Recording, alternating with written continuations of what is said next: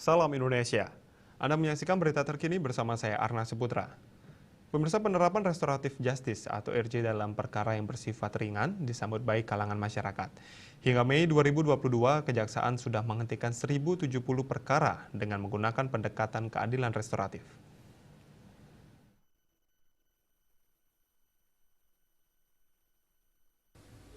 Jampidum Kejaksaan Agung RI Dr. Fadil Sumhana, sebagaimana rilis yang disampaikan Kapus Penkum Iketut Sumedana mengatakan banyak kisah inspiratif yang terjadi pada perkara yang dihentikan dengan pendekatan keadilan restoratif.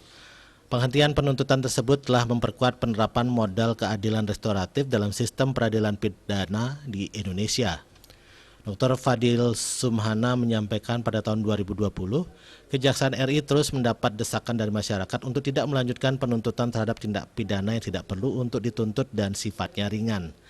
Tidak hanya karena biaya penuntutan perkara yang mahal, tetapi masyarakat juga menuntut agar jaksa lebih fokus pada pemulihan korban daripada menghukum berat pelaku yang seringkali juga hidup dalam kemiskinan. Untuk mengakomodasi tuntutan tersebut, Kejaksaan menggunakan kewenangan diskresinya untuk mengesampingkan perkara yang tidak perlu dituntut selama hak korban dipenuhi oleh pelaku kejahatan. Harus dipahami bahwa jaksa tidak harus selalu menuntut suatu tindak pidana. Hal ini karena Undang-Undang di Indonesia tidak mengenal konsep bahwa menuntut adalah suatu kewajiban atau mandatory prosecution. Sebaliknya, sistem hukum Indonesia menganut prinsip diskresi penuntutan di mana kejahatan akan dituntut jika dianggap tepat dan lebih bermanfaat bagi kepentingan umum.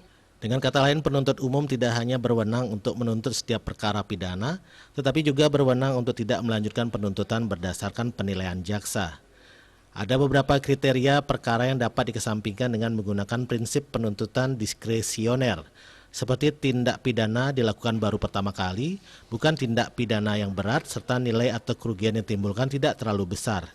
Di samping itu juga perlu diperhatikan faktor lain seperti terdakwa merupakan masyarakat yang secara ekonomi kurang beruntung atau terdakwa adalah satu-satunya pencari nafkah keluarga.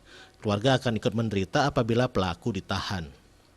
Miasa Bali Post melaporkan.